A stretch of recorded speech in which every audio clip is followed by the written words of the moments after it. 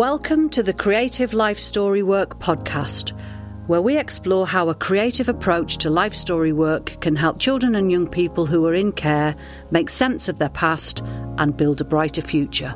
A new model for life story work is being rolled out in the northeast of England, and this podcast shares the latest learning and investigates how it could help improve the lives of care-experienced children and young people across the country. My name is Dawn Williams and I am an associate at Blue Cabin, one of the partners on this exciting work in the region. You may have listened to one of our previous podcasts where we heard all about how children and young people from Redcar in Cleveland, the Children in Care Council, have created a short film sharing their experiences of being in care. At the point that we made that podcast, the film was in its finishing stages and hadn't yet been released. Well, today, I am delighted to say that we're going to catch up on part 2 of the story. And we are actually recording from Tuned in Redcar. Yes, we are gone on tour in our podcast. In the room, we have 4 artists from the studio of the Fostered Heroes who created the film, and Laura Degnan, the filmmaker they worked with. Laura, would you like to say hello, introduce yourself, and say who else you worked with on the film? Hello, my name is Laura Degnan and I am a filmmaker, and I worked with artists Nicola Golightly and Ruth Johnson to make the stop motion animation with lots of brilliant young people. And there's a really good segue into, we've got those really brilliant young people in the room. Would you all like to shout your names out, please? Okay. Nessa, Natalie, Jamie, Caitlin. Thank you all, studio of the Fostered Heroes. Really lovely to have you here today. And over to you as our film collective, first of all.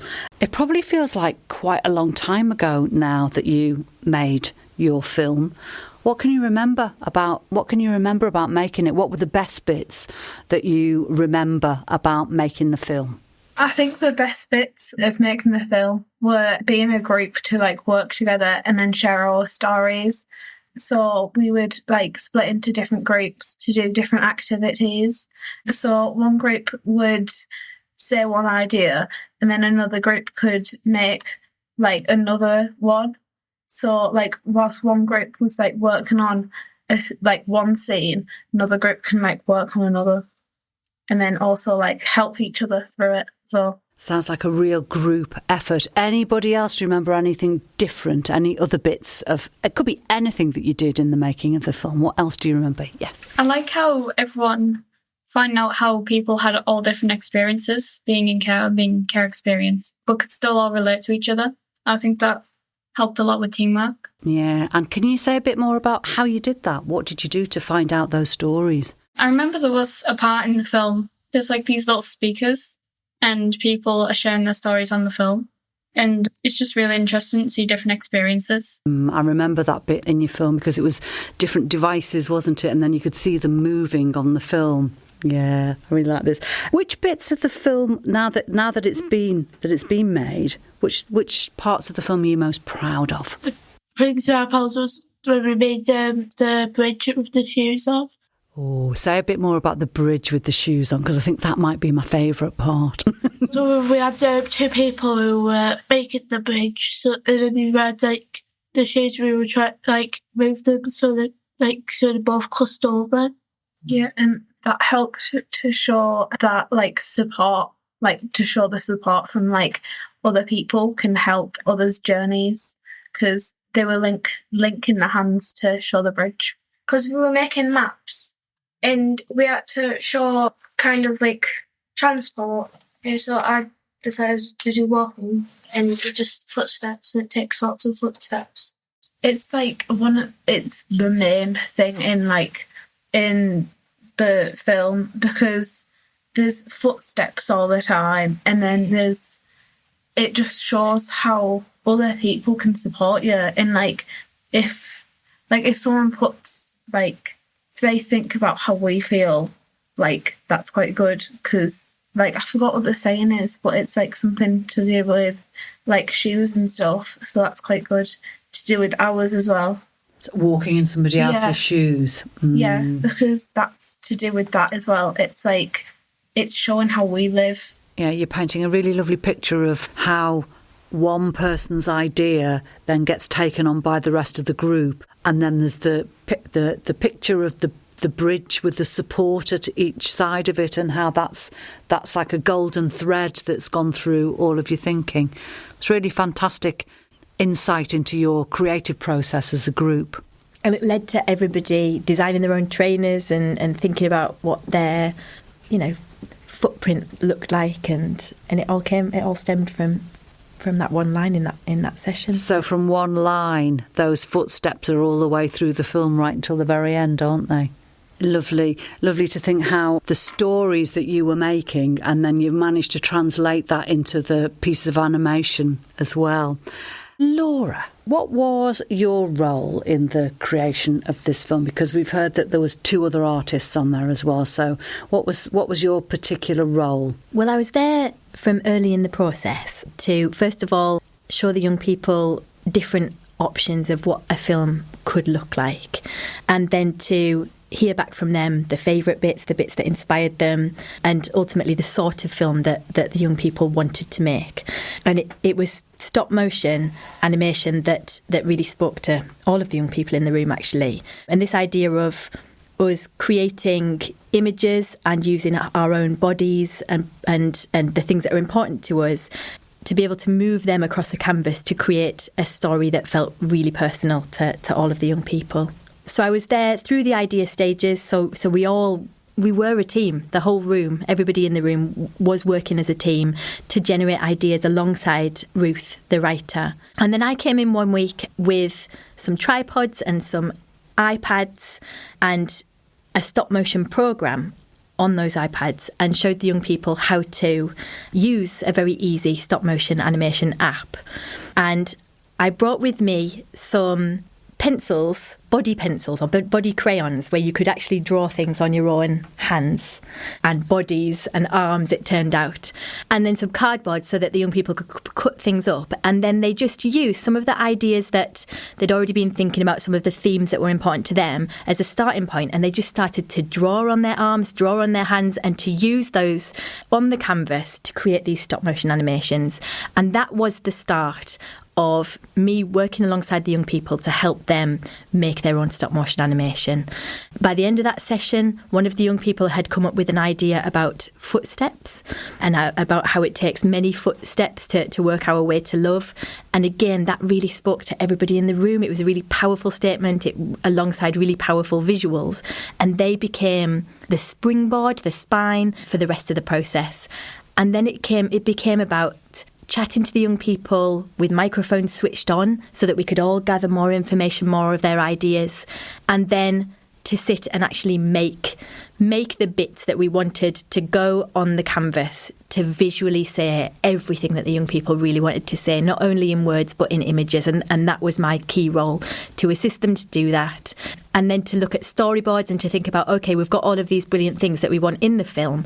How do we piece them together? How will they actually look? And then we started that process together. Now, stop motion animation is a very time-consuming process and can be not necessarily the most interesting task to just move tiny pieces across a canvas in tiny increments for many, many hours.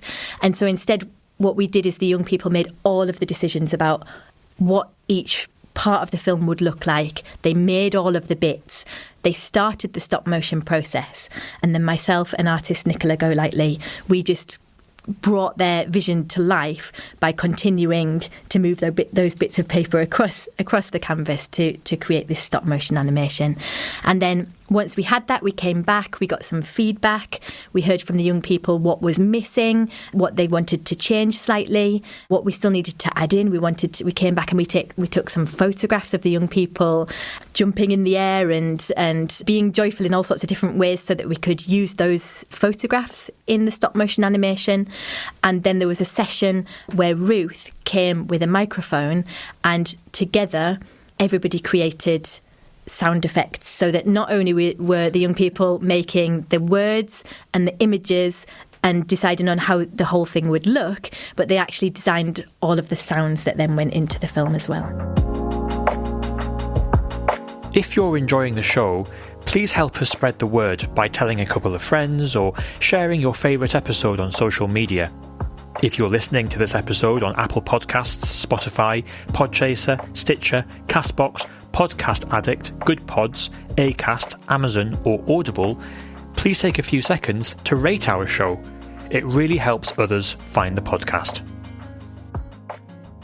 Studio of the Fostered Heroes. How did you decide what was included in the film and what was edited out? How did you manage to do that? Because it sounds like there was a vast amount of work generated, stories and images. How did you decide?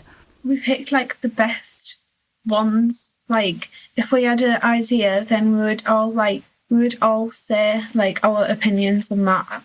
So if we had like a piece of work we've done, we would all talk about it, and then we would all say if that was a good idea or if it was a bad idea. So we just did that. I know, that's a really great description of a collective artistic process. I can't believe there weren't any squabbles. Did you not have major disagreements about what should go in and what did not? Was there no massive differing opinions? No. I don't think there was. Wow, what a group. The most chilled out group of young people, and it was, one person would say something and then everybody would just have a little discussion about it, and in general they would all be in agreement and they would all be right and then it would happen and it would make the film even better. Wow. So when I last spoke to Nick and Wendy, the film hadn't been finished. It was still being edited and finished, but now it's out there in the world. So who's watched it? Do you know? Have you had any screenings of it? Have you shown it to? Who have you shown it to? I know one of the councillors, Councillor Karen King. She posted it on Facebook because it's on YouTube. So she was saying how good it was and stuff. So people who would have seen that has probably watched it. That's how my foster mum saw it, and then I shared it with a few of my friends, and then we've shown it to counsellors and people like that as well twice now. I think the corporate parent and board, we've shown them twice now. Fantastic. And what was the reaction that you got when you showed the film? That they really liked it. I hope they showered you with lots of praise and Oscars for it. What did they say? What did they come up and say to you afterwards? They said that it should be in a award thing. Absolutely. My favourite line in the film is, "Our feet want you to listen to us," because I watched it yesterday and I just thought, I love that line. What is it that you want people to hear and remember when they're watching your film? Because if it's on YouTube, anybody could be watching it, couldn't they? What is it that you want people to remember after they've seen your film? I think the main focus of the film is that we want people to gain more of an understanding about what it's like to be care experienced and to have a better understanding of what it actually means. Anything else in the film that what would you say were the key messages of the film that you've made that you want people to hear as they're watching it? I think the key message is that we're not all the same, but treat us like everyone else, and that we are loved, and just don't ask us too many questions, because we've all had people asking us why we're in care, real personal questions, which we shouldn't be having, because we're just like everyone else. There's no need to treat us differently. Laura, we've heard a lot about the Studio of the Fostered Heroes working together as a collective of young filmmakers. I wondered if you as a filmmaker had learnt anything new from working with this group of young people. I think rather than learn anything new, it reinforced to me how important it is as a practitioner and just as a human, really, to just listen, and especially I think to listen to young people. And every time we just handed the microphone, if you like, over to the young people, we were surprised and astounded at the response from them. And we just continued to learn by taking their ideas and supporting them to make those ideas a reality. It just makes me want to work on more and more projects with young people to be able to liberate the things that they have to say. We've heard that you showed your film to corporate parenting group. Where else do you hope your film might get shown? I hope that our film gets shown in schools. So in like the lesson where they get taught like life skills, I think that should also be taught, like what foster care is and how to treat people in foster care, because not many people know what it is. Like I did a presentation in front of my class. One person there knew what foster care was. That was because she was also foster cared. She was also in foster care. Not even the teacher knew what it was. Really? So, yeah. So this is the reason why we wanted to make this, because of that experience I've had. It was kind of why we wanted to do it, to show people what it was and how to treat us, because it's ridiculous how many people don't know what it is. And then if they want a job, they don't know how to talk to us or like what it is. It's like they won't be able to get that job because, well, they won't be able to help us in the right way. So you're showing the politicians by showing it to the counsellors, but also teachers and head teachers and your peers, other colleagues. Laura, have you got any other ideas about where this film could be shown to spread their messages? I think that it's just anywhere where there are people. I was going to say young people, but really anywhere where there are people. I think, anywhere there's an opportunity that there is a group coming together. This film, it doesn't take very long to watch, and yet it really, really speaks to everybody who watches it, and it holds such important messages that there really isn't a place that we shouldn't be showing it. Youth groups, schools, clubs, workplaces, film festivals, Cannes. Absolutely. Yeah. Red carpets. We should all go. They need their frocks for the red night to go on to do it. No, I'm being serious. Film festivals. It should be shown at film festivals, shouldn't it, to a different audience as well? Yeah, because that's the thing. It's not just that the messages within it are so powerful and so important, but also as a piece of art, it needs to be celebrated for being a very, very good, very imaginative, skillful film made by young people. So I think we should really give the last words to the studio of the Fostered Heroes. And I wondered what you would say to somebody whoever that is, who's just watched your film. If you could ask them to do something after they've watched your film, what would you want them to do? Share the film with others, talk about it with the people about the film and the messages in the film. Thank you. I was going to say exactly the same thing. Thank you. If I could ask you to say one word about how you feel now that you've made the film and it's been released out into the world, I'll give you a second to think about it, and I'm going to ask Laura as well. What would the one word be to describe how you feel about making this film? Proud. Thankful. Happy. Grateful. And Laura? Life-changing. Life-changing. Thank you. Now that you've made one film, what's the next film that you want to make? Anybody got any suggestions? The newest member of the group might have an answer. Science fiction. Oh, a science fiction. Oh, any other suggestions as to what sort of film you might like to make next? Just anything, really. Well, maybe the opportunity will come up sooner than you think. But I'll be watching for you young filmmakers to see what it is that you make next. So thank you very, very much for inviting me to your space this evening. Whether you're a foster carer, someone who has experience of the care system, or you work with children and young people, we hope this episode has given you an insight into how we could make Life Story work better for young people. There are 2 places you can find out more about our podcasts and resources. Go to wearebluecabin.com/podcast or creativelifestorywork.com/ @blue-cabin.org.uk/resources. We'd love to hear your thoughts. You can record and send a direct question or message to the show via the website, or you can tweet us at We Are Blue Cabin. If you'd like to listen to future episodes, remember to subscribe wherever it is you usually get your podcasts. And if you're using Apple Podcasts, please do leave us a review, as it really helps others to find our show. Bye for now.